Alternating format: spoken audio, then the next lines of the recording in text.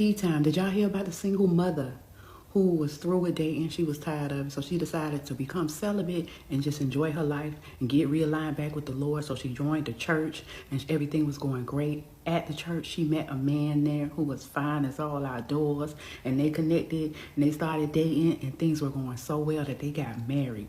Yes, honey. So they got married. They started living together. They were very business minded, so they were trying to start all these different businesses, but the businesses weren't flourishing, and they ended up being homeless. Yes, homeless, honey. So he had a child from another woman. She had already had her child, but they were together and they was gonna try to work it and make it through.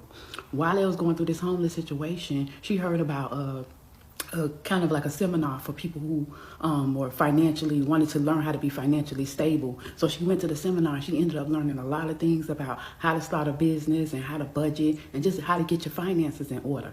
So with that, he suggested that she go ahead and start teaching what she's learning. And we all know if you want to make some real money, you got to teach people how to make money. That's how you do it.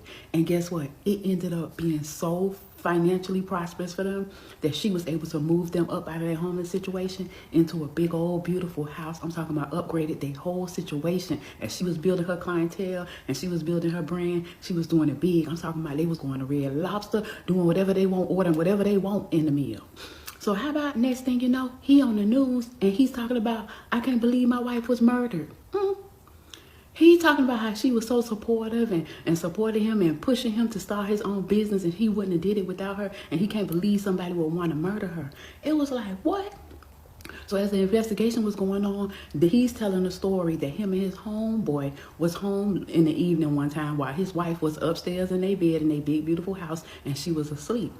He said that a man in a mask came running into the house where him and his homeboy was hanging out, made them lay on the floor at gunpoint, ran upstairs, and poof, popped her in the head. And once the masked man ran out the door, he ran upstairs to see if his wife was all right, and she was in bed covered in, and she was not alive anymore.